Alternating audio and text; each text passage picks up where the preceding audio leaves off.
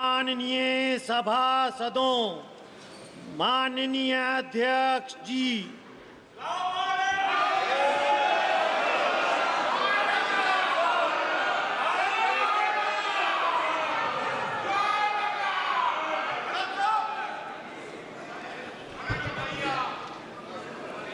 माननीय सदस्यगण,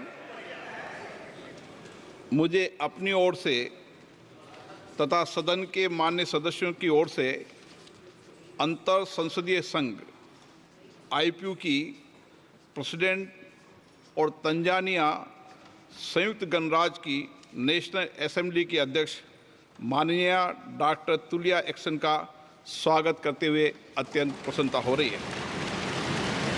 वे हमारी सम्मानित अतिथि के रूप में भारत की आधिकारिक यात्रा पर आई है।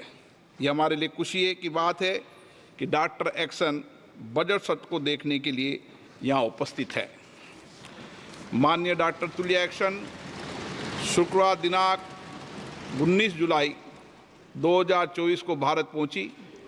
उन्होंने 21 जुलाई 2024 को आगरा का भ्रमण किया और इस समय वह विशेष बॉक्स में आसीन है। हम भारत में उनके सुखद और सफल प्रवास की कामना करते हैं। हम अंतर संसदीय संघ के प्रेसिडेंट के रूप में उनकी भूमिका के लिए सफलता की भी कामना करते हैं। उनके माध्यम से हम तंजानिया गणराज्य की संसद के सदस्यों, तंजानिया की सरकार तथा वहाँ की मित्र जनता को बधाई और शुभकामनाएं देते हैं। माननीय सदस्यगण, जैसा कि आपको समाचार भाग 2 के माध्यम से पहले ही सूचित किया जा चुका है कि माननीय वित्त मंत्री जी के बजट भाषण की प्रतियां हार्ड कॉपी के रूप में उपलब्ध कराई जाएगी।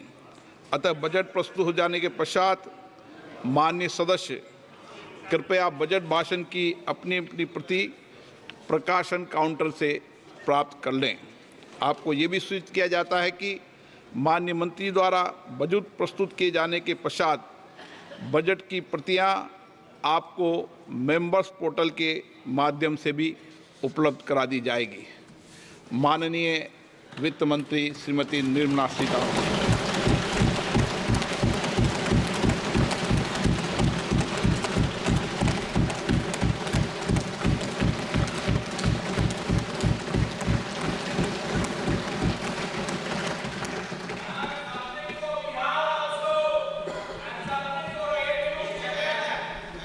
Honorable Speaker, I present the budget for 24-25. Introduction. The people of India have reposed their faith in the government led by Honorable Prime Minister Shri Narendra Modi and re-elected it for a historic third term under his leadership.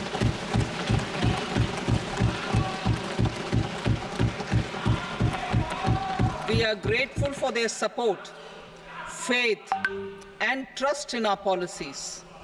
We are determined to ensure that all Indians, regardless of religion, caste, gender, and age, make substantial progress in realizing their life goals and aspirations.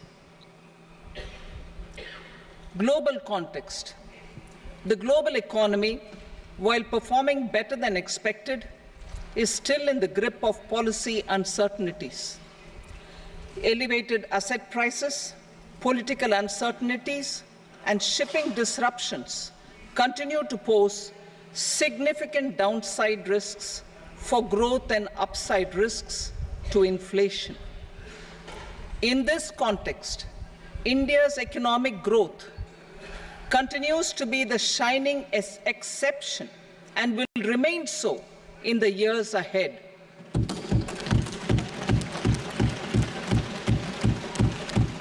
India's inflation continues to be low, stable, and moving towards the 4% target. Core inflation, that is non-food and non-fuel, currently is 3.1%. Steps are being taken to ensure supplies of perishable goods reach markets adequately. Interim budget As mentioned in the interim budget, we need to focus on 4 major castes, namely the Garib, Mahilaye, Yuva, and Annadata, the poor, women, youth, and the farmer. For Annadata, we announced higher minimum support prices a month ago for all major crops, delivering on the promise of at least a 50% margin over costs. Pradhan Mantri Garib Kalyan Anna Yojana was extended for 5 years, benefiting more than 80 crore people. Administrative actions for approval and implementation of various schemes announced in the interim budget are well underway. The required allocations have been made. Budget theme. Turning attention to the full year and beyond in this budget, we particularly focus on employment, skilling, MSMEs, and the middle class.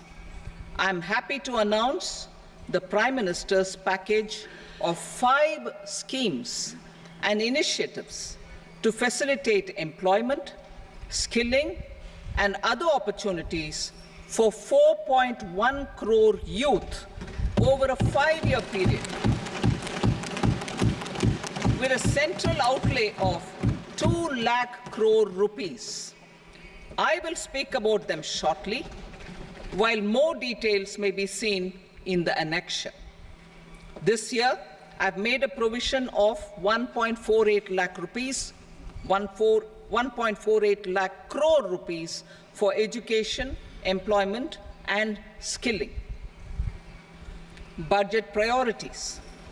The people have given a unique opportunity to our government to take the country on the path of strong development and an all-round prosperity. In the interim budget, we promise to present a detailed roadmap for our pursuit of Vikasit Bharat.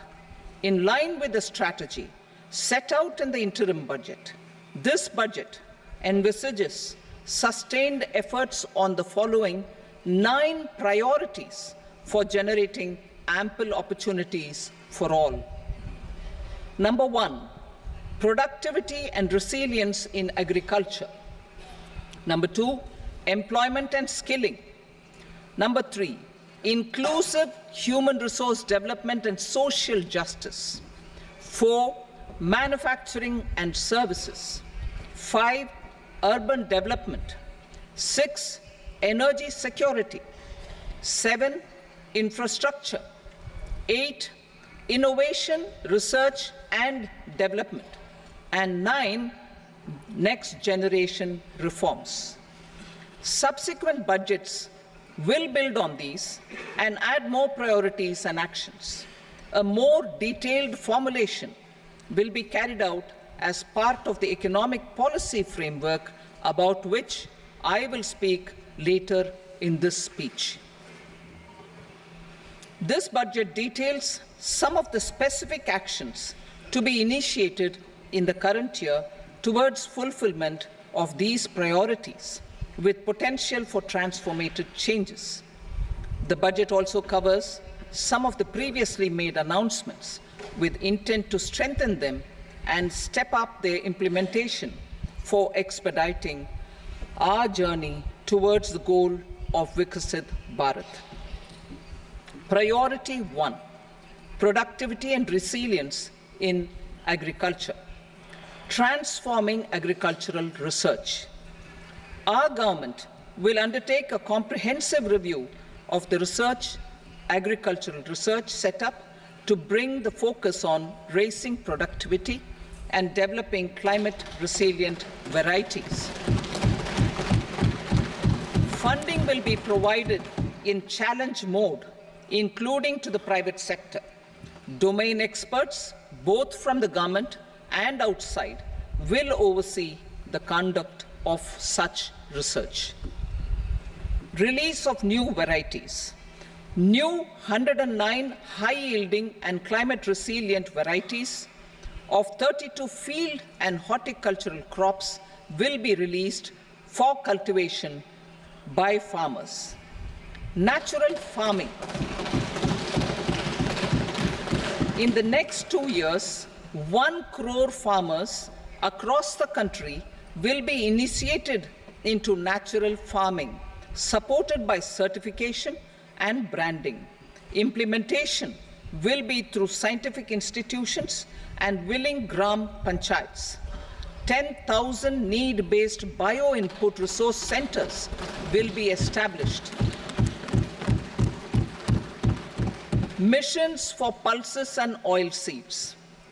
For achieving self-sufficiency in pulses and oilseeds, we will strengthen their production, storage, and marketing. As announced in the interim budget, a strategy is being put in place to achieve Atmanirbharta for oilseeds such as mustard, groundnut, sesame, soybean, and sunflower. Vegetable production and supply chains. Large-scale clusters for vegetable production will be developed closer to major consumption centers. We will promote farmer-producer organizations, cooperatives, and startups for vegetable supply chains, including for collection and storage and marketing. Digital public infrastructure for agriculture.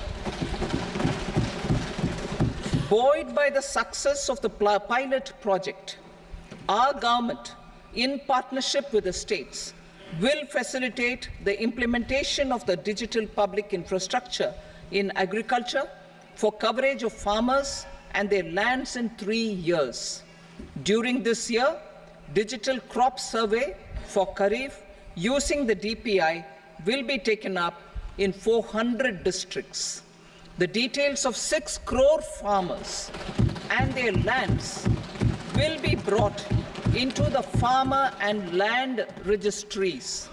Further, the issuance of Jan Samarth based Kisan credit cards will be enabled in 5 states.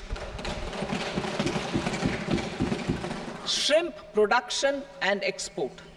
Financial support for setting up a network of nucleus breeding centers for shrimp brood stocks will be provided.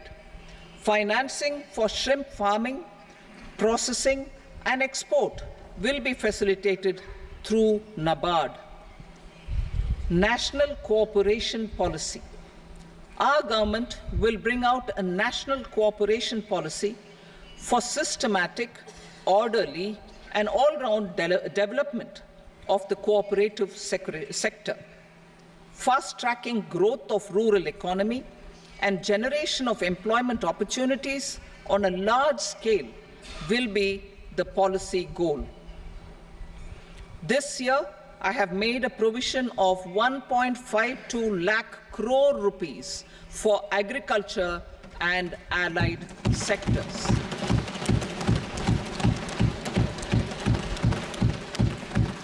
Priority 2, employment and skilling. Employment-linked incentive. Our government will implement following 3 schemes for employment-linked incentive as part of the Prime Minister's package. These will be based on enrollment in the EPFO and focus on recognition of first-time employees and support to employees and employers. Scheme A, first-timers. This scheme will provide 1 month wage to all persons newly entering the workforce in all formal sectors.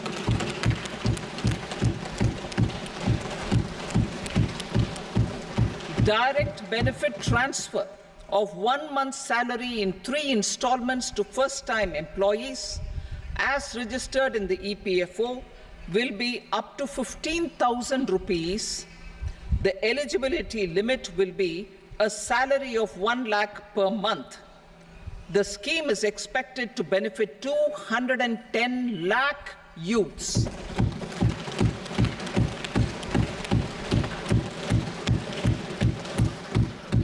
Scheme B, job creation in manufacturing.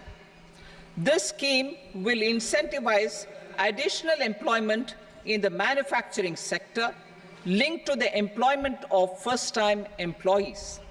An incentive will be provided at specified scale directly both to the employee and the employer with respect to the EPFO contribution in the first 4 years of employment. The scheme is expected to benefit 30 lakh youth entering employment and their employers.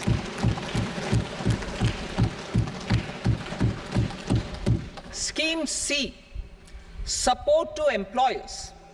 This employer-focused scheme will cover additional employment in all sectors. All additional employment within a salary of 1 lakh rupee per month will be counted.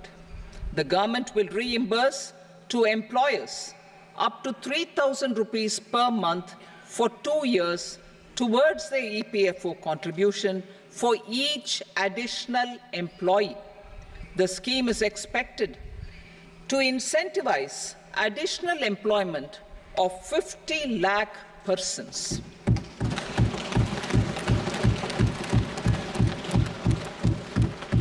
Participation of women in the workforce.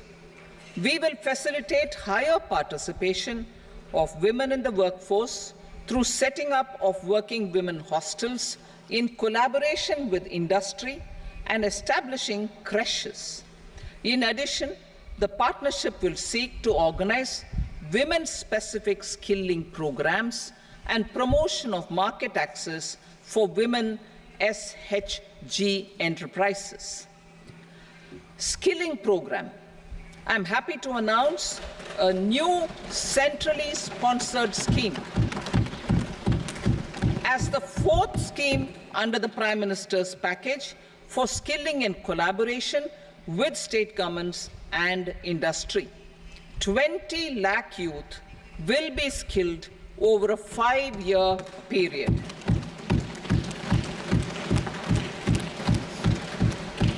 (1,000 industrial training institutes will be upgraded in hub and spoke arrangements with outcome orientation. Course content and design will be aligned to the skill needs of industry, and new courses will be introduced for emerging needs. Skilling loans. The model skill loan scheme will be revised to facilitate loans up to 7.5 lakh rupees with a guarantee from a government-promoted fund. This measure is expected to help 25,000 students every year.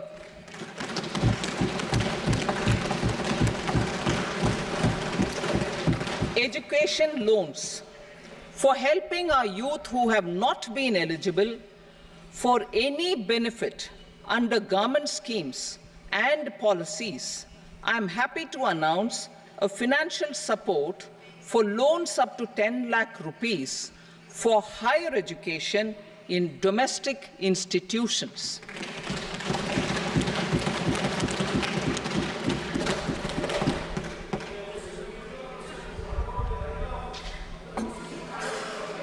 E-vouchers for this purpose. E-vouchers for this purpose will be given directly to 1 lakh students every year for annual interest subvention of 3% of the loan amount. Priority 3, inclusive human resource development and social justice, saturation approach. Our government is committed to all-round, all-pervasive and all-inclusive development of people, particularly farmers, youth, women, and the poor. For achieving social justice comprehensively, the saturation approach of covering all eligible people through various programs, including those for education and health, will be adopted to empower them by improving their capabilities. Implementation of schemes meant for supporting economic activities by craftsmen, artisans, self-help groups, scheduled caste, scheduled tribe, and women entrepreneurs and street vendors such as the PM Vishwakarma, PM Swanidhi, National Livelihood Missions, and Stand Up India will be stepped up. Purvodaya. The states in the eastern part of the country are rich in endowments and have strong cultural traditions. We will formulate a plan, Purvodaya, for the all-round development of the eastern region of the country, covering Bihar, Jharkhand, West Bengal, Odisha, and Andhra Pradesh. This will cover human resource development, infrastructure, and generation of economic opportunities to make the region an engine to attain Vikasit Bharat. On the Amritsar-Kolkata Industrial Corridor, we will support development of an industrial node at Gaya. This corridor will catalyze industrial development of the eastern region. The industrial node at Gaya will also be a good model for developing our ancient centers of cultural importance into future centers of modern economy. This model shall showcase Vikas B, Virasat B in our growth trajectory. We will also support development of road connectivity projects, namely 1. Patna-Purnia Expressway, 2. Buxar-Bhagalpur Expressway, 3. Bodh Gaya, Rajgir, Vaishali and Darbhanga spurs, and 4. Additional 2-lane bridge over River Ganga at Buxar at a total cost of 26,000 crore rupees.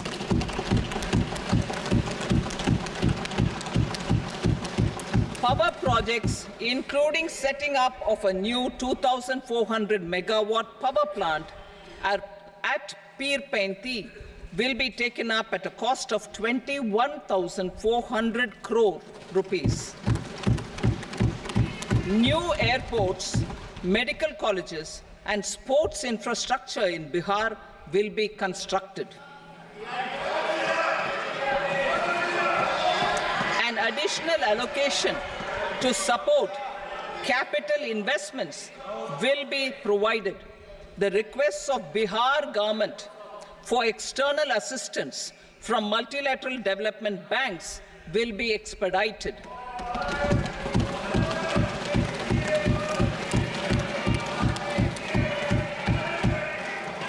Andhra Pradesh Reorganization Act.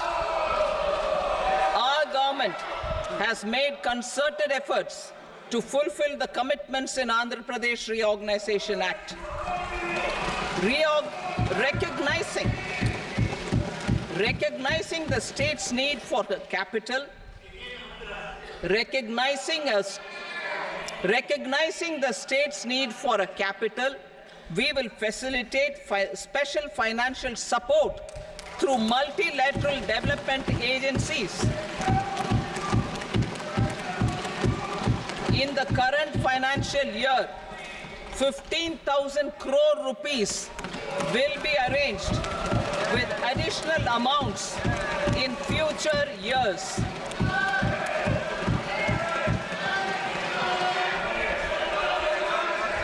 Our government is fully committed to financing and early completion of the Polavaram irrigation project, which is the lifeline for Andhra Pradesh and its farmers. This will facilitate our country's food security as well. Under the Andhra Pradesh Reorganization Act, for promoting industrial development, funds will be provided for essential infrastructure such as water, power, railways, and roads. in Kopparthi node on the Visakhapatnam-Chennai industrial corridor and Varavakal node on the Hyderabad-Bangalore industrial corridor. An additional allocation will be provided this year towards capital investment for economic growth. Grants for backward regions of Rayalaseema, Prakasham, North Coastal Andhra, as stated in the Act, will be provided. PM Awas Yojana. 3 crore additional houses under the PM Awas Yojana in rural and urban areas in the country have been announced, for which the necessary allocations are being made. Women-led development. For promoting women-led development, the budget carries an allocation of more than 3 lakh crore for schemes benefiting women and girls. This signals our government's commitment for enhancing women's role in economic development. Pradhan Mantri Janjatiya Unnat Gram Abhiyan. For improving the socio-economic condition of tribal communities, we will launch the Pradhan Mantri Janjatiya Unnat Gram Abhiyan by adopting saturation coverage for tribal families in tribal majority villages and aspirational districts.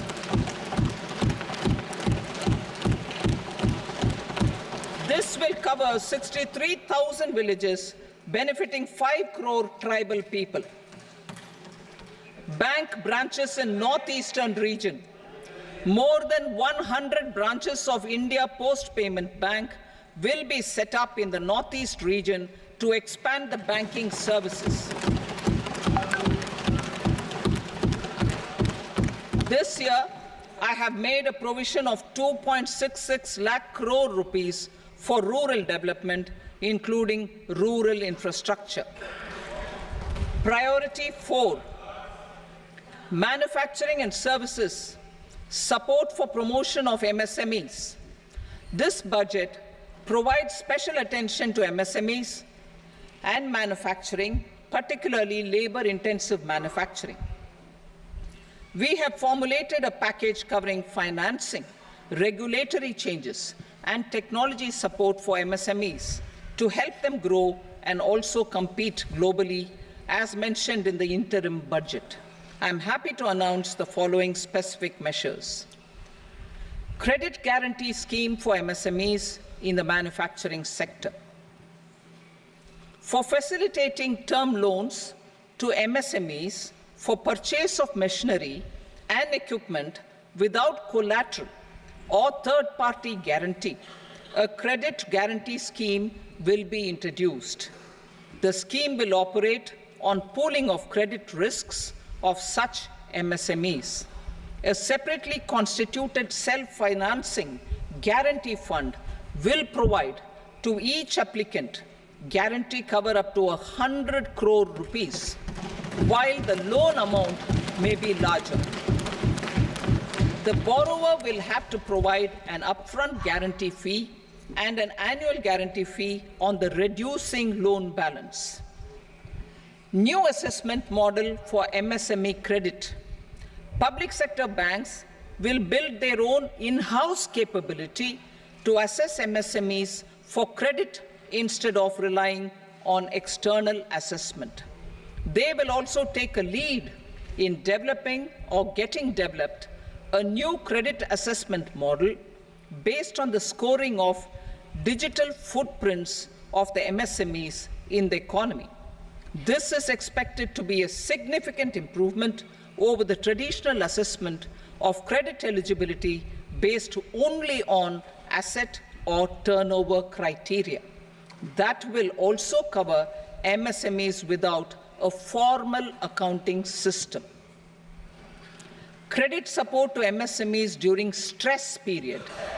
I'm happy to announce a new mechanism for facilitating continuation of bank credit to MSMEs during their stress period, while being in special mention account, SMA stage, for reasons beyond their control, MSMEs need credit to continue their business and to avoid getting into the NPA stage.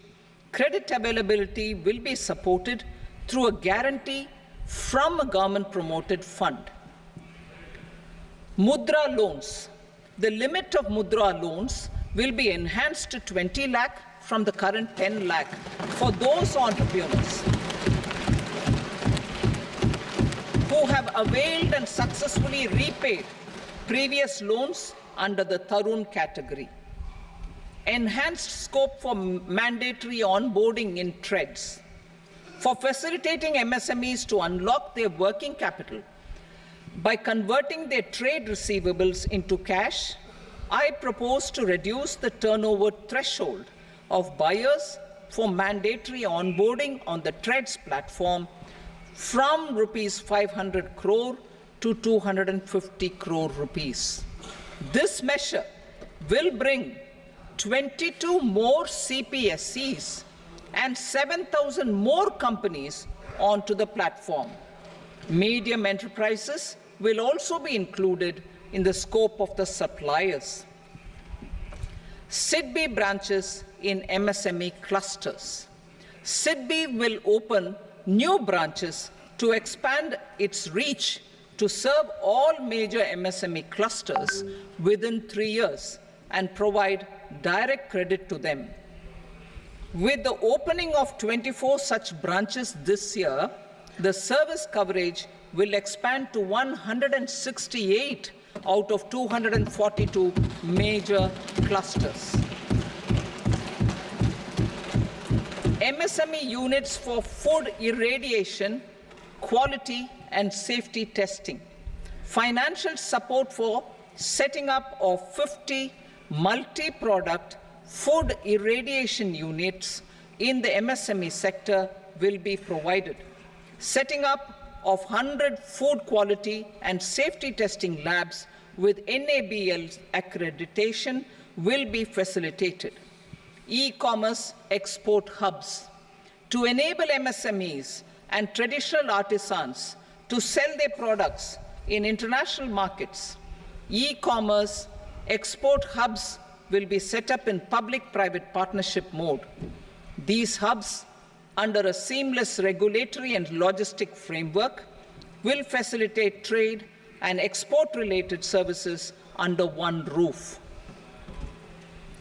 Measures for promotion of manufacturing and services. Internship in top companies. As the fifth scheme under Prime Minister's package, our government will launch a comprehensive scheme for providing internship opportunities in 500 top companies to 1 crore youth in 5 years. They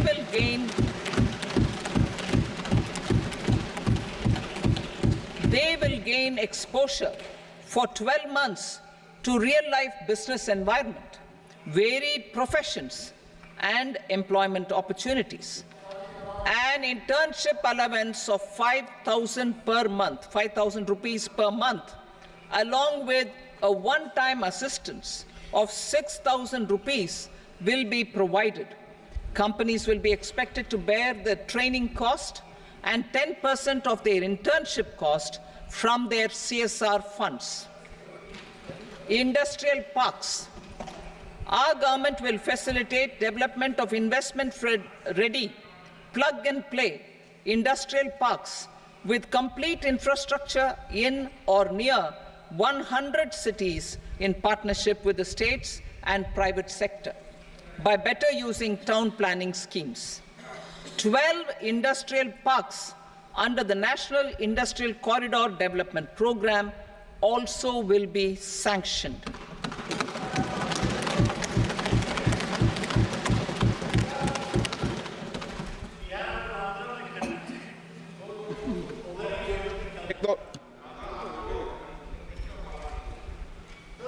veggie भाई पर no please बैठिए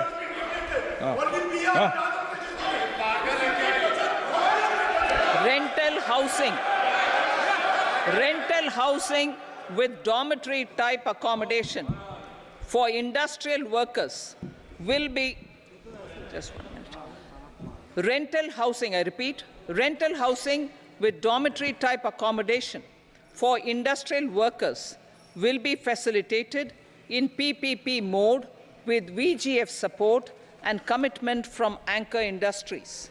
Shipping industry, ownership, leasing and flagging reforms will be implemented to improve the share of Indian shipping industry and generate more employment. Critical mineral mission. We will set up a critical mineral mission for domestic production, recycling of critical minerals, and overseas acquisition of critical mineral assets. Its mandate will include technology development, skilled workforce, extended producer responsibility framework, and a suitable financing mechanism. Offshore mining of minerals. Our government will launch the auction of the first tranche of offshore blocks for mining, building on the exploration already carried out. Digital public infrastructure applications. Turning to the services sector, I propose development of DPI applications at population scale for productivity gains, business opportunities, and innovation by the private sector. These are planned in the areas of credit, e-commerce, education, health, law and justice, logistics, MSME service delivery, and urban governance. Integrated technology platform for IBC ecosystem. An integrated technology platform will be set up for improving the outcomes under the Insolvency Bankruptcy Code for achieving consistency, transparency, timely processing, and better oversight for all stakeholders. Voluntary closure of LLPs. The services of the Center for Processing Accelerated Corporate Exit, CPACE, will be extended for voluntary closure of LLPs to reduce the closure times. National Company Law Tribunals. The IBC has resolved more than 1,000 companies, resulting in direct recovery of 3.3 lakh crore to creditors. 3.3 lakh crore rupees to creditors. In addition, 28,000 cases involving over 10 lakh crore rupees have been disposed of even prior to admission. Appropriate changes to the IBC, reforms and strengthening of the tribunal and appellate tribunals will be initiated to speed up insolvency resolution. Additional tribunals will be established. Out of those, some will be notified to decide cases exclusively under the Companies Act. Debt recovery. Steps for reforming and strengthening debt recovery tribunals will be taken. Additional tribunals will be established to speed up recovery. Priority 5, urban development. Cities as growth hubs. Working with states, our government will facilitate development of cities as growth hubs. This will be achieved through economic and transit planning and orderly development of peri-urban areas utilizing town planning schemes. Creative redevelopment of cities. For creative brownfield redevelopment of existing cities with a transformative impact, our government will formulate a framework for enabling policies, market-based mechanisms, and regulation. Transit-oriented development. Transit-oriented development plans for 14 large cities with a population above 30 lakh will be formulated, along with an implementation and financing strategy. Urban housing. Under the PM Awas Yojana, Urban 2.0, housing needs of 1 crore urban poor and middle-class families will be addressed with an investment of 10 lakh crore rupees.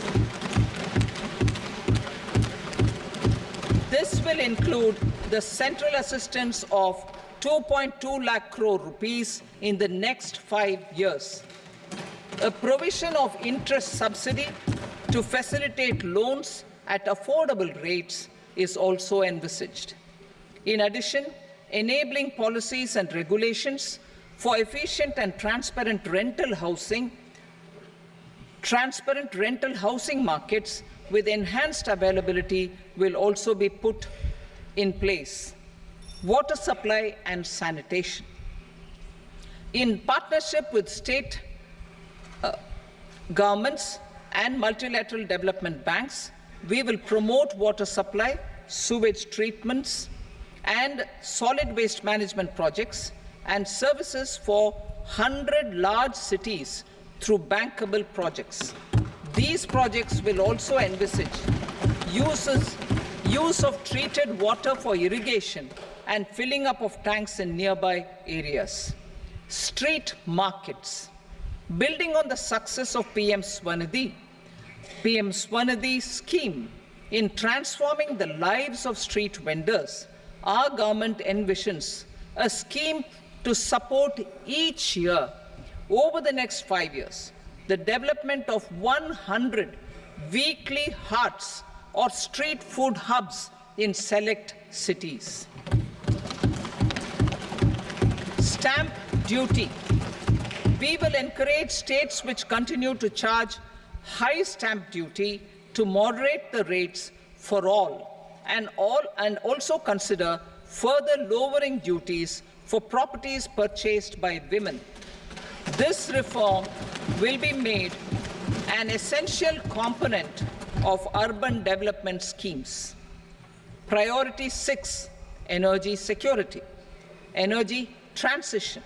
In the interim budget, I had announced our strategy to sustain high and more resource-efficient economic growth, along with the energy security in terms of availability, accessibility, and affordability. We will bring out a policy document on appropriate energy transition pathways that balances the imperatives of employment, growth, and environmental sustainability. PM Surya Ghar Muft Bijli Yojana. PM Surya Ghar Muft Bijli Yojana. In line with the announcement in the interim budget,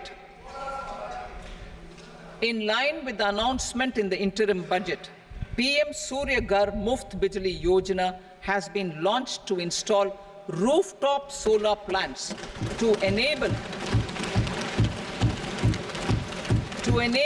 1 crore households obtain free electricity up to 300 units every month. The scheme has generated remarkable response with more than 1.28 crore registrations and 14 lakh applications, and we will further encourage it. Pumped storage policy. A policy for promoting pumped storage projects will be brought out for electricity storage and facilitating smooth integration of the growing share of renewable energy with its variable and intermittent nature in the overall energy mix. Research and development of small and modular nuclear reactors. Nuclear energy is expected to form a very significant part of the energy mix for Vikasit Bharat. Towards that pursuit, our government will partner with the private sector for 1. Setting up Bharat Small Reactors, 2.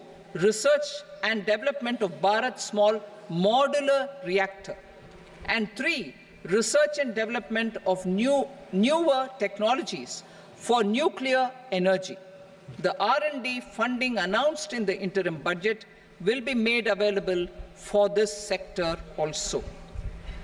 Advanced ultra supercritical thermal power plants. The development of indigenous technology for advanced ultra supercritical thermal power plants with much higher efficiency has been completed.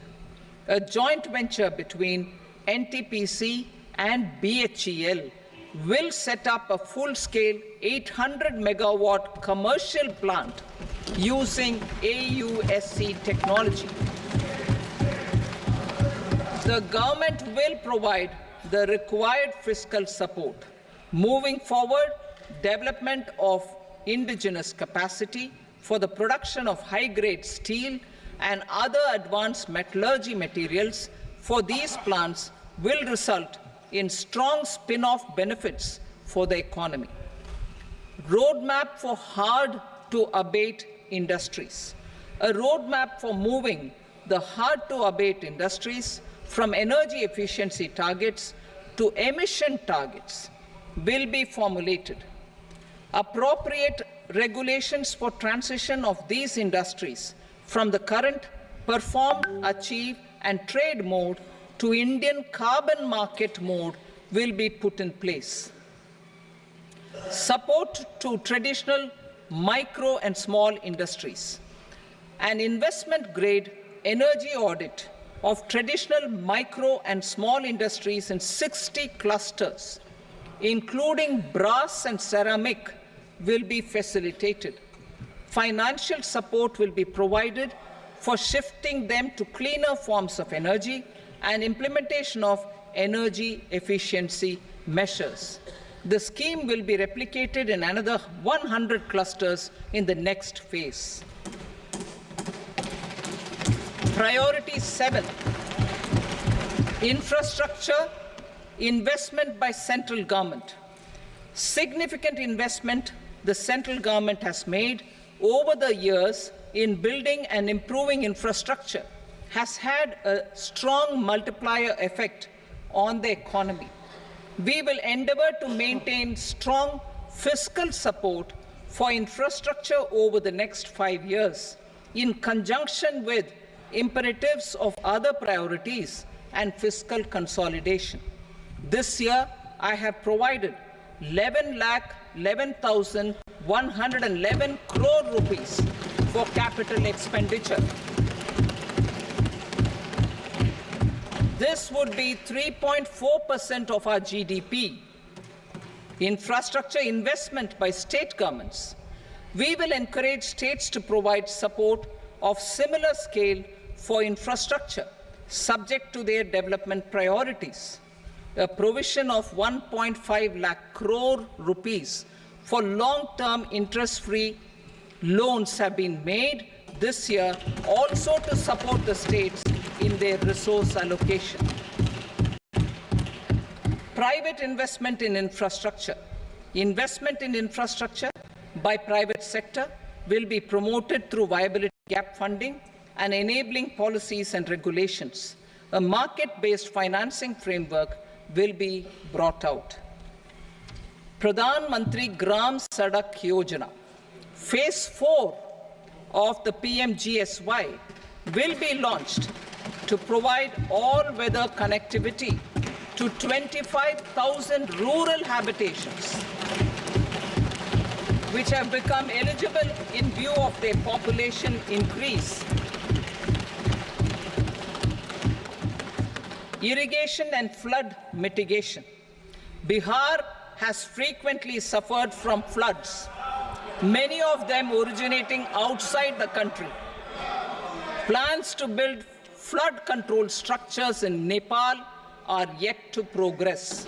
Our government, through the Accelerated Irrigation Benefit Program and other sources, will provide financial support for projects with estimated cost of 11,500 crore rupees,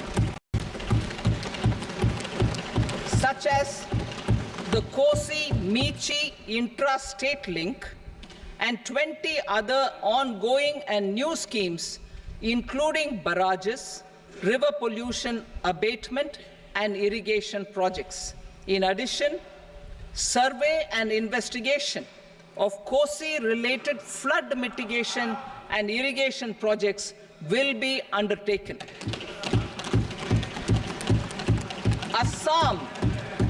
Assam grapples with floods every year by the Brahmaputra River and its tributaries. originating outside India. We will provide assistance to Assam for flood management and related projects.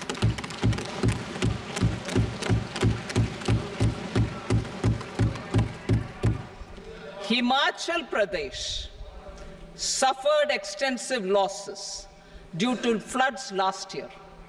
Our government will provide assistance to the state for reconstruction and rehabilitation through multilateral development assistance.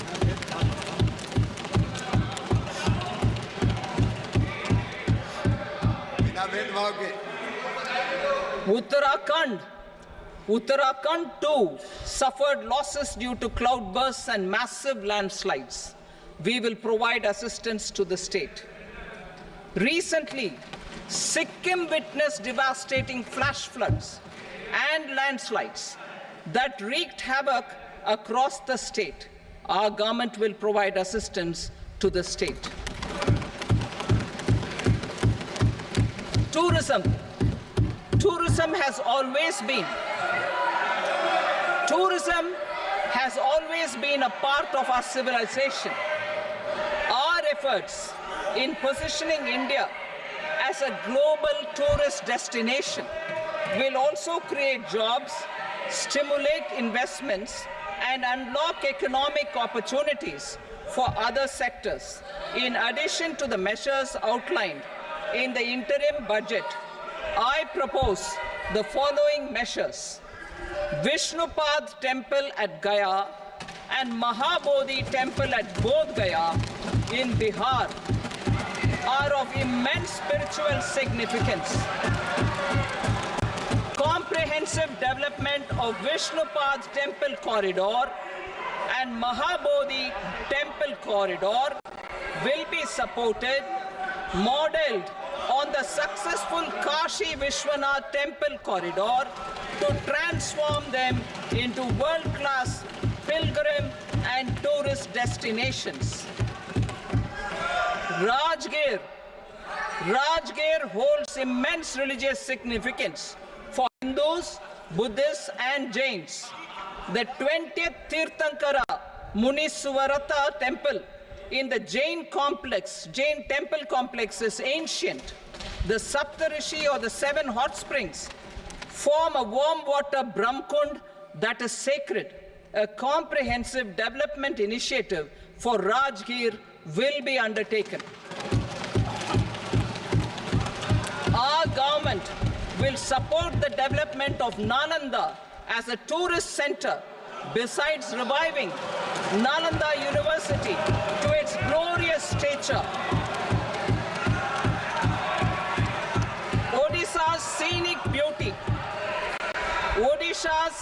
beauty, temples, monuments, craftsmanship, wildlife sanctuaries, natural landscapes, and pristine beaches make it an ultimate tourism destination. Our government will provide assistance for their development to Odisha as well. Priority 8, innovation, research and development. We will operationalize the Anusandhan National Research Fund for basic research and prototype development.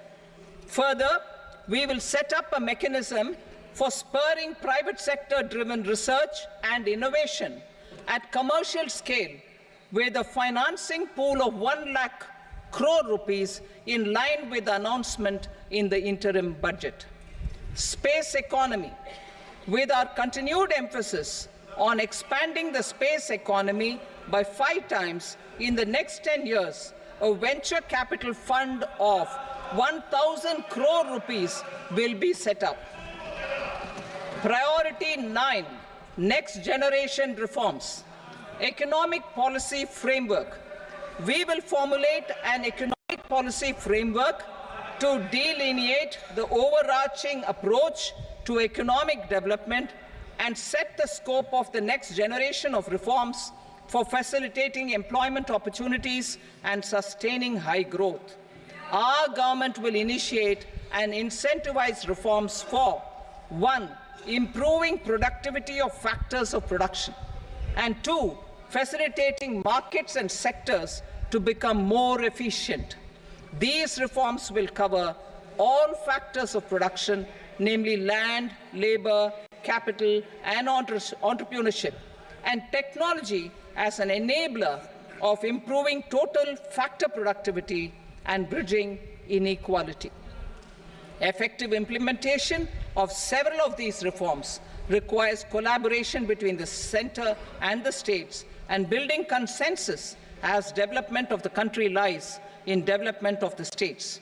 For promoting competitive federalism and incentivizing states for faster implementation of reforms, I propose to earmark a significant part of the 50-year interest-free loan. Working with the states, we will initiate the following reforms.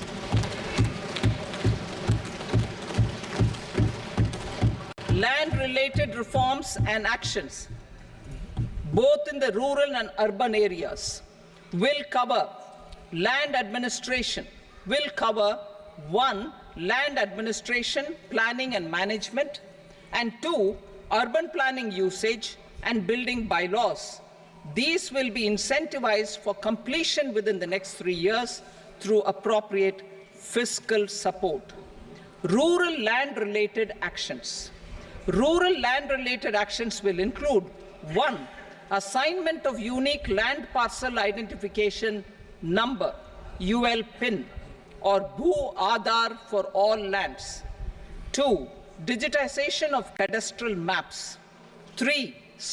Subdivisions, survey of map subdivisions as per current ownership. 4. Establishment of land registry. And 5. Linking to the farmers registry. These actions will also facilitate credit flow and other agricultural services. Urban land-related actions. Land records in urban areas will be digitized with GIS mapping. An IT-based system for property record administration, updating, and tax administration will be established. These will also facilitate improving the financial position of urban local bodies. Labor-related reforms. Services to labor. Our government will facilitate the provision of a wide array of services to labor, including those for employment and skilling. A comprehensive integration of e-Shram portal with other portals will facilitate such one-stop solution. Open architecture databases for the rapidly changing labor market, skill requirements, and available job roles, and a mechanism to connect job aspirants with potential employers and skill providers will be covered in these services. Shram Suvidha and Samadhan portal. Shram Suvidha and Samadhan portal will be revamped to enhance ease of compliance for industry and trade. Capital and entrepreneurship related reforms, financial sector vision and strategy. For meeting financing needs of the economy, our government will bring out a financial sector vision and strategy document to prepare the sector in terms of size, capacity, and skills. This will set the agenda for the next 5 years and guide the work of the government, regulators, financial institutions, and market participants. Taxonomy for climate finance. We will develop taxonomy for climate finance for enhancing the availability of capital for climate adaptation and mitigation. This will support achievement of the country's climate commitments and green transition. Variable capital company structure. We will seek the required legislative approval for providing an efficient and flexible mode for financing leasing of aircrafts and ships and pooled funds of private equity through a variable company structure. Foreign direct investments and overseas investment. The rules and regulations for foreign direct investment and overseas investments will be simplified to 1. Facilitate foreign direct investments, 2. Nudge prioritization, and 3. Promote opportunities for using Indian rupee as a currency for overseas investment. NPS Vatsalya.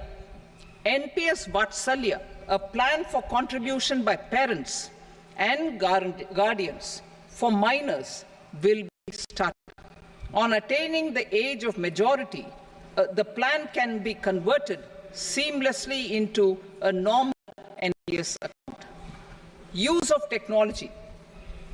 We have successfully used technology for improving productivity and bridging inequality in our economy during the past 10 years. Public investment in digital infrastructure and innovations by the private sector have helped in improving access of all citizens, particularly the common people, to market resources, education, health and services. We will step up adoption of technology towards digitalization of the economy. Ease of doing business. For enhancing ease of doing business, we are already working on the Jan Vishwas Bill 2.0. Further, states will be incentivized for implementation of the business reforms, action plans, and digitalization. Data and statistics. For improving data governance, collection, processing and management of data and statistics, different sectoral databases, including those established under the Digital India Mission, will be utilized with active use of technology tools. New pension scheme. The committee to review the NPS has made considerable progress in its work. I am happy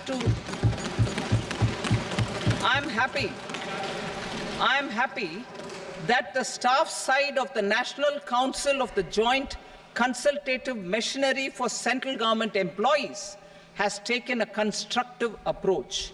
A solution will be evolved which addresses the relevant issues while maintaining fiscal prudence to protect the common citizens. Budget estimates for 24-25. For the year 24-25, total receipts other than borrowings and the total expenditure are estimated at 32.07 lakh crore rupees and 48.21 lakh crore rupees respectively. The net tax receipts are estimated at 25.83 lakh crore rupees. The fiscal deficit is estimated at 4.9% of the GDP. The gross and the net market borrowings through dated securities during 24-25 are estimated at 14.01 lakh crore rupees and 11.63 lakh crore rupees respectively. Both will be less than that in 23-24. The fiscal consolidation path announced by me in 2021 has served our economy very well, and we aim to reach the deficit below 4.5% next year. The government is committed to staying the course. From 2026-27 onwards, our endeavour will be to keep the fiscal deficit each year such that the central government's debt will be on a declining path as percentage of GDP. I will now move to Part B.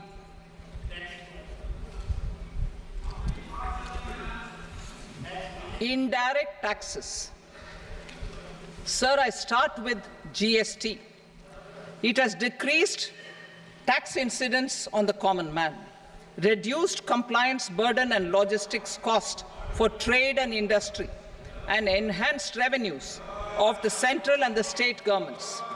It is a success of vast proportions. To multiply the benefits of GST, we will strive to further simplify and rationalize the tax structure and endeavour to expand it to the remaining sectors. My proposals for custom duties, my proposals for customs duties intend to support domestic manufacturing, deepen local value addition, promote export competitiveness, and simplify taxation while keeping the interest of the general public and consumers surmount. In Budget 22-23, we reduced the number of customs duty rates. I propose to undertake a comprehensive review of the rate structure over the next 6 months to rationalize and simplify it for ease of trade, removal of duty inversion, and reduction of disputes. I shall now take up sector-specific customs duty proposals. Medicine and medical equipments.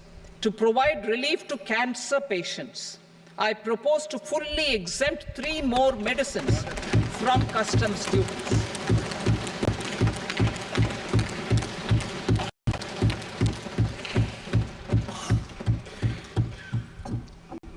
I also propose changes in the BCD on X-ray tubes and flat panel detectors for use in medical X-ray machines under the phased manufacturing program so as to synchronize them with the domestic capacity addition.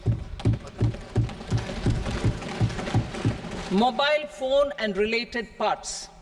With a 3-fold increase in domestic production and almost a 100-fold jump in exports of mobile phones over the last 6 years, the Indian mobile industry has matured.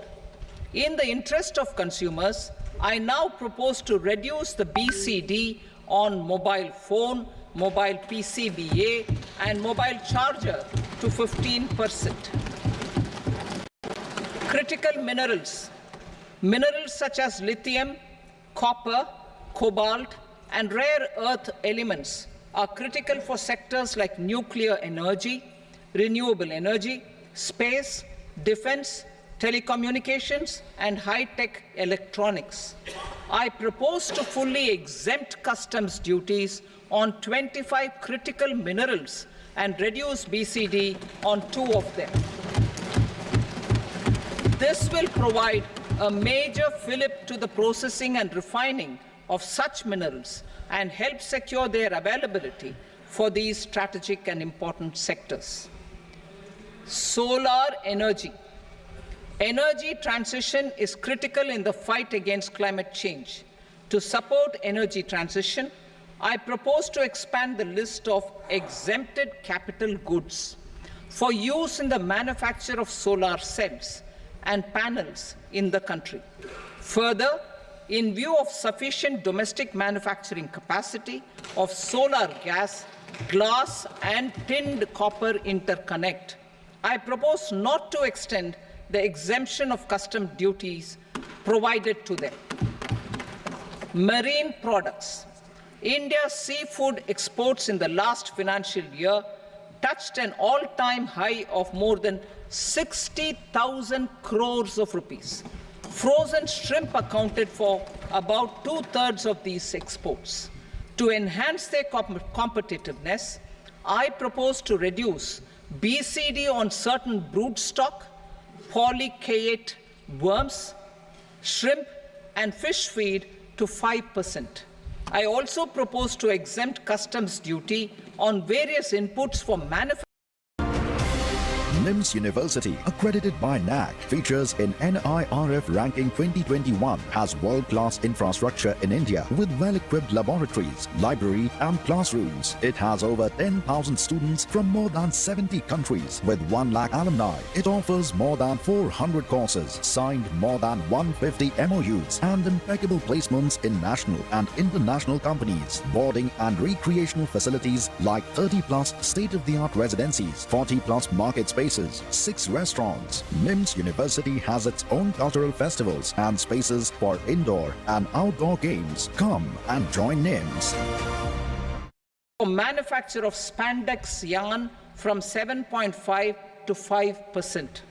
Furthermore, the export duty structure on raw hides, skin, and leather is proposed to be simplified and rationalized. Precious metals. To enhance domestic value addition in gold and precious metal jewelry in the country, I propose to reduce customs duties on gold and silver to 6% and that of platinum to 6.4%. Other metals, steel and copper, are important raw materials. To reduce their cost of production, I propose to remove the BCD on ferronickel and blister copper. I am also continuing with nil BCD on ferrous scrap and nickel cathode and concessional BCD of 2.5% on copper scrap. Electronics. To increase value addition in the domestic electronics industry, I propose to remove the BCD subject to conditions on oxygen-free copper for manufacture of resistors.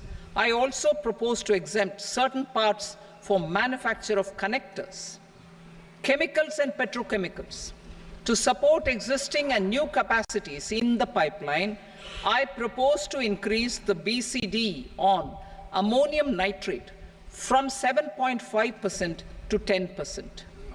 Plastics. PVC flex banners are non-biodegradable and hazardous for environment and health. To curb their imports, I propose to raise the BCD on them from 10 to 25%. Telecommunication equipment. To incentivize domestic manufacturing, I propose to increase the BCD from 10 to 15% on PCBA of specified telecom equipment. Trade facilitation. To promote domestic aviation and boat and ship MRO, I propose to extend the period for export of goods imported for repairs from 6 months to 1 year. I'll read that again. To promote domestic aviation and boat and ship maintenance, repair and operations, I propose to extend the period for export of goods imported for repairs from 6 months to 1 year. In the same vein, I propose to extend the time limit for re-import of goods for repairs under warranty from 3 to 5 years. I now move to direct taxes. We will continue our efforts to simplify taxes, improve taxpayer services, provide tax certainty, and reduce litigation while enhancing revenues for funding the development and welfare schemes of the government. It has been our endeavour to simplify taxation. We have taken a number of measures in the last few years, including introduction of simplified tax regimes without exemptions and deductions for corporate tax and for personal income tax. This has been appreciated by taxpayers. 58% of corporate tax came from the simplified tax regime in the financial year 22-23. Similarly, as per data available till now, for the last fiscal, more than 2/3 have availed the new personal income tax regime. Comprehensive review of the Income Tax Act. I am now announcing a comprehensive review of the Income Tax Act 1961. The purpose is to make the Act concise, lucid, easy to read and understand. This will reduce disputes and litigation, thereby providing tax certainty to the taxpayers. I will also bring down the demand embroiled in litigation. It is proposed to be completed in 6 months. A beginning is being made in the Finance Bill by simplifying the tax regime for charities, tedious rate structures, provisions of reassessment and such provisions, and capital gains taxation. Simplification for charities and tedious. Two tax exemption regimes. The two tax exemption regimes for charities are proposed to be merged into one. The 5% tedious rate on many payments is being merged into the 2% tedious rate, and the 20% tedious rate on repurchase of units by mutual funds or UTI is being withdrawn. TDS rate on e-commerce operators is proposed to be reduced from 1 to 0.1%. Moreover, credit of TCS is proposed to be given in the TDS to be deducted on salary. Further, I propose to decriminalize delay for payment of TDS up to the due date of filing statement for the same. I also plan to provide a standard operating procedure for TDS defaults and simplify and rationalize the compounding guidelines for such defaults. Simplification of reassessment. I propose to thoroughly simplify the provisions for reopening and reassessment. An assessment hereinafter can be reopened beyond 3 years from the end of the assessment year only if the escaped income is 50 lakh rupees or more, up to a maximum period of 5 years from the end of the assessment year. Even in such cases, a time limit of 6 years before the year of the search, as against the existing time limit of 10 years, is being proposed.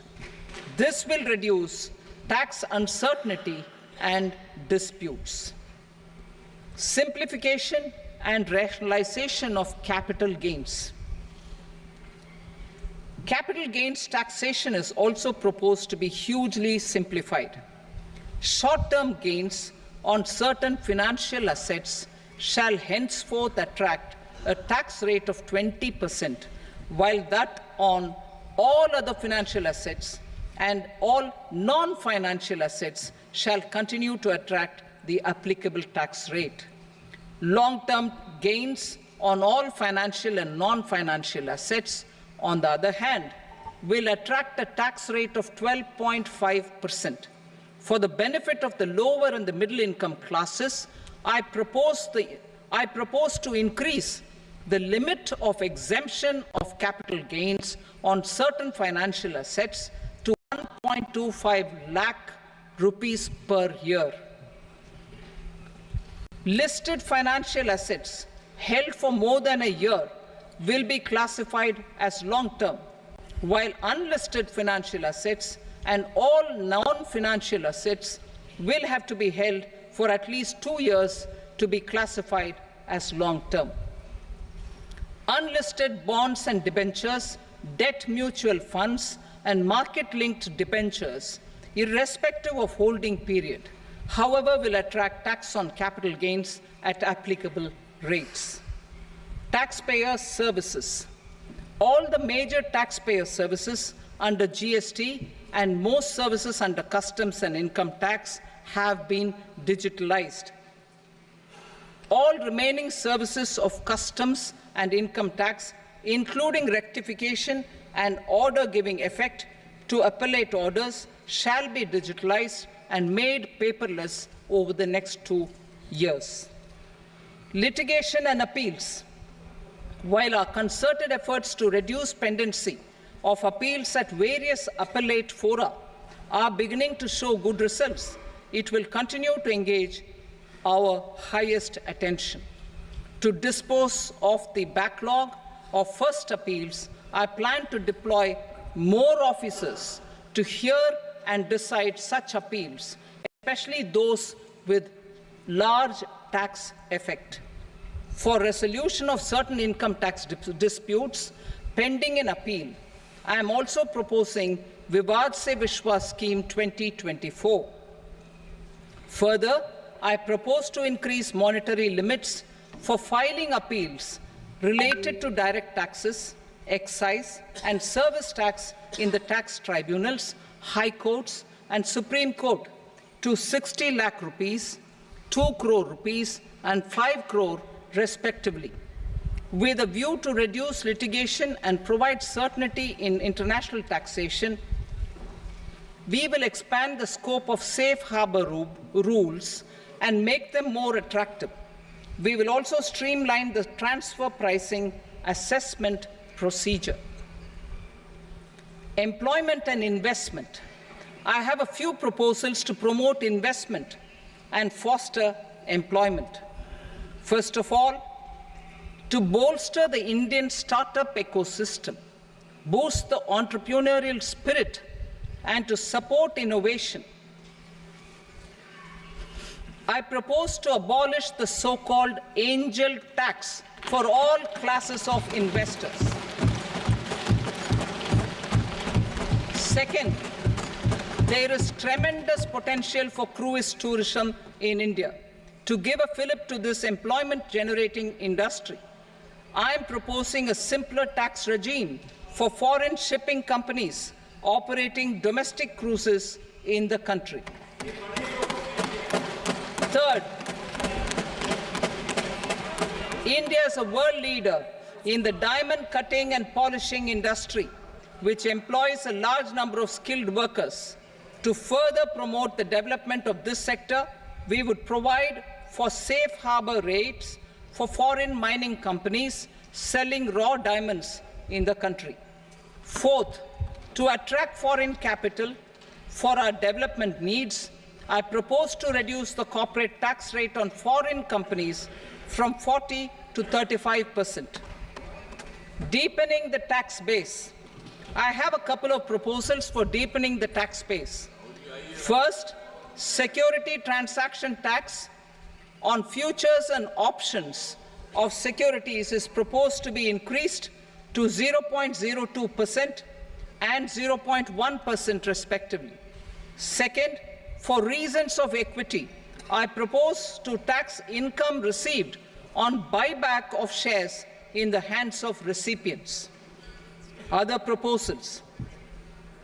To improve social security benefits, deduction of expenditure by employers towards NPS is proposed to be increased from 10 to 14% of the employee's salary.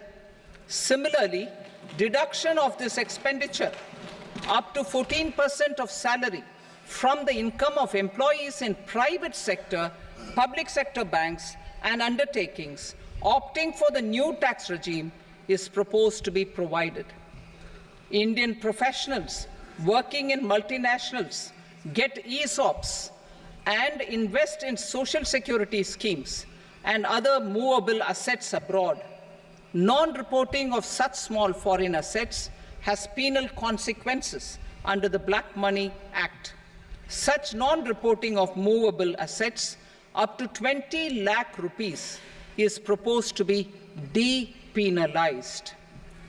Other major proposals in the finance bill relate to withdrawal of equalization levy of 2%, expansion of tax benefits to certain funds and entities in IFSCs, and immunity from penalty and prosecution to Benamidar on full and true disclosure so as to improve conviction under the Benami Transaction Prohibition Act 1988.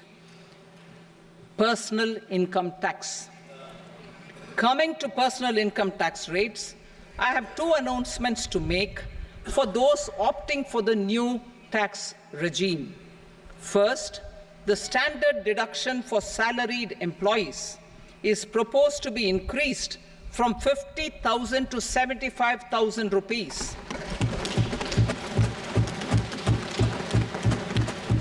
Similarly, deduction on family pension for pensioners is proposed to be enhanced from 15,000 to 25,000 rupees. This will provide relief to about 4 crore salaried individuals and pensioners.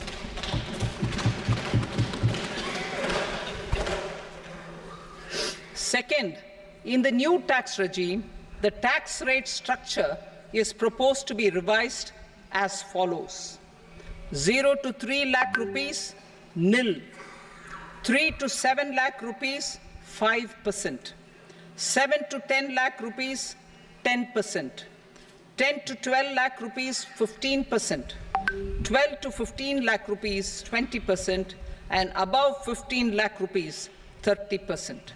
As a result of these changes, a salaried employee in the new tax regime stands to save up to 17,500 rupees in income tax.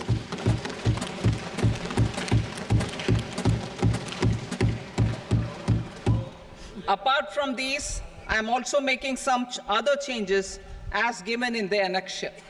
As a result of these proposals, revenue of about 37,000 crore, that is 29,000 crore in direct taxes and 8,000 crore in indirect taxes will be foregone, while revenue of about 30,000 crore rupees will be additionally mobilized.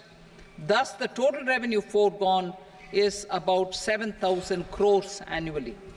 Mr. Speaker, sir, with this, I commend the budget to this august House. Jai Hind.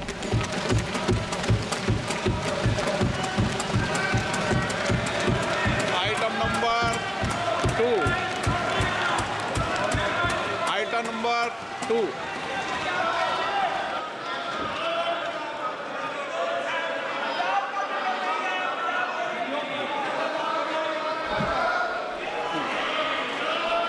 Sir, with your permission, I rise to lay on the table the following statements under Section 3 of the Fiscal Responsibility and Budget Management, FRBM Act 2003, medium-term fiscal policy cum fiscal policy strategy statement and macroeconomic framework statement. Item number 3. Sir, with your permission, I rise to move for leave to introduce the Finance Number 2 Bill 2024. प्रश्न ये कि विधेयक को पूरा स्थापित करने की अनुमति प्रदान की जाए। जो सदस्य इसके पक्ष में हाँ कहें, जो सदस्य विरोध में ना कहें। मेरे विचार में निर्णय हाँ वालों के पक्ष में अनुमति प्रदान की जाती है। माननीय मंत्री जी, अब विधेयक पूरा स्थापित करें। Sir, I introduce the bill. Item number 4. The Union Territory of Jammu and Kashmir budget. Sir, I rise to present a statement, Hindi and English versions, of the estimated receipts and expenditure of the Union Territory of Jammu and Kashmir for the year 24-25. सभा की कार्रवाई कल बुधवार दिनांक 24 जुलाई 2024 को प्राप्त 11 बजे तक के लिए स्थगित की जाती है।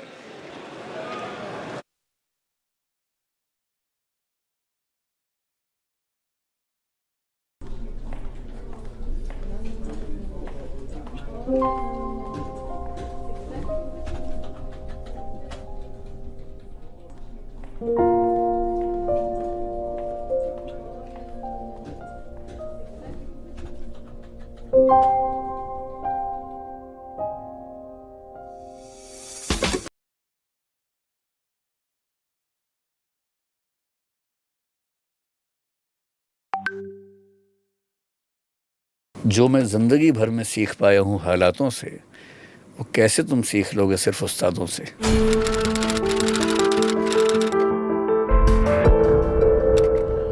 The current controversy which is going on about NEET. जो देश 97 करोड़ वोटर्स का इलेक्शन करवा सकता है शांति से, वो 23 लाख एग्जामिनर्स का एग्जाम न करवा पाए, तो मानने वाली बात नहीं। Pooja Khedkar.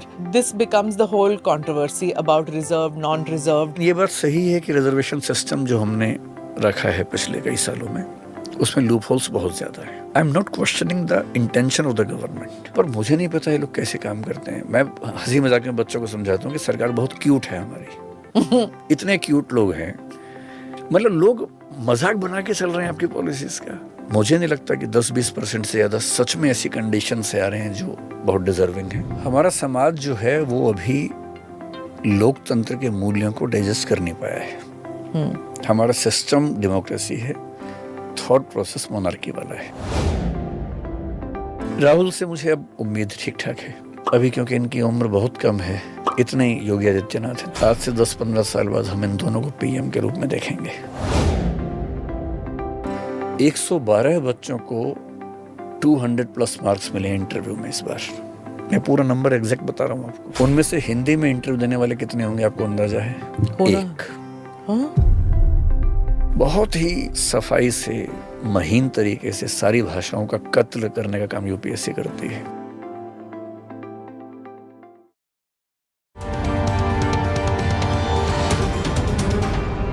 Namaste, Jai Hind. You're watching or listening to another edition of the ANI podcast with Smita Prakash. The focus in today's conversation is on education. And why? That's because of the alleged paper leaks, the exam paper leak of the NEET exam. Also on primary and secondary educational system, which many say has broken down. The mushrooming of coaching institutes. Is this a good trend or a bad trend? To answer these questions, we have in our studio Dr. Vikas Divyakirti, educator, author, former civil servant.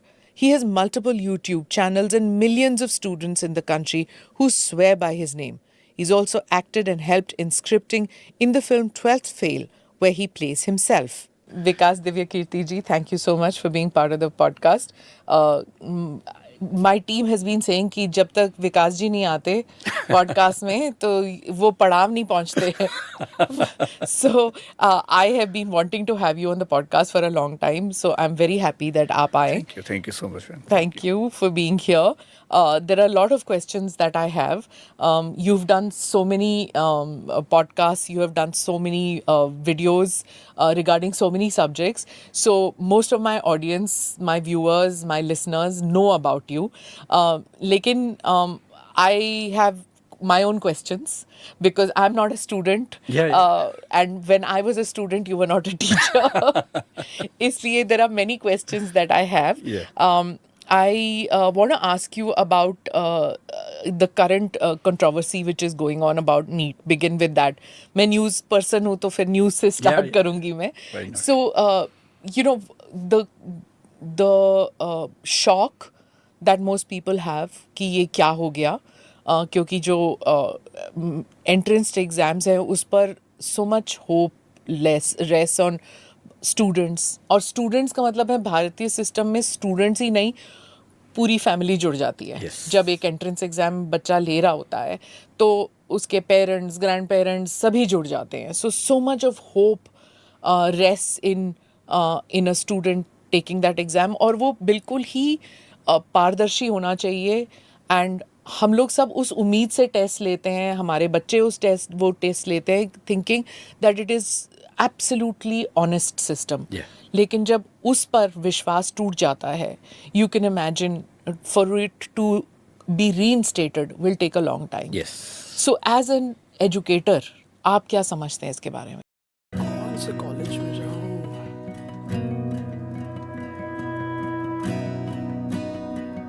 हमने जब भी तुम्हारे लिए कुछ चुना, पूरे दिल से चुना.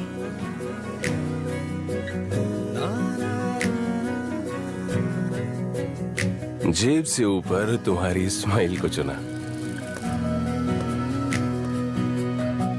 अपने हीरे के लिए बेस्ट जौहरी को चुना. पर आज कॉलेज चुनना है और ये काम वो करेगा जिस पे हमें भरोसा है. कॉलेज देखो, बनाएंगे इंडिया का कल. मुझे लगता है कि थोड़ा सा सिस्टम की लापरवाही का मामला ज़्यादा है जी. क्योंकि जो देश 97 करोड़ वोटर्स का इलेक्शन करवा सकता है शांति से, वो 23 लाख एग्जामिनर्स का एग्ज़ाम ना करवा पाए, ये तो मानने वाली बात नहीं है. So political will has to be there. और अगर वो हो तो मुझे लगता नहीं कि चीज़ें बहुत मुश्किल हैं. एनटीए जो बनाया गया 2017 में, I think that was a right step. लेकिन क्योंकि अलग अलग एजेंसीज एग्जाम कंडक्ट करें तो दिक्कतें ज़्यादा हैं. If we have a specialised agency which can look after everything then it becomes more easy. लेकिन एनटीए को या तो उतना सपोर्ट मिला नहीं है या एनटीए के अंदर करप्शन होता है. मैं जानता नहीं एनटीए के अंदर क्या सिचुएशन है, बट मेरा ख्याल है कि एनटीए का स्ट्रक्चर अगर ऐसा हो जिसमें कुछ सिविल सर्वेंट्स डेप्यूटेशन पे हों, जिनमें से कुछ पुलिस के लोग भी हों, कुछ आईबी के लोग भी हों, बेशक एक या दो ही हों, और वो भारत में होने वाले किसी भी एग्ज़ाम को, जो एनटीए को दिए गए हैं अभी काफ़ी सारे एग्ज़ाम्स हैं,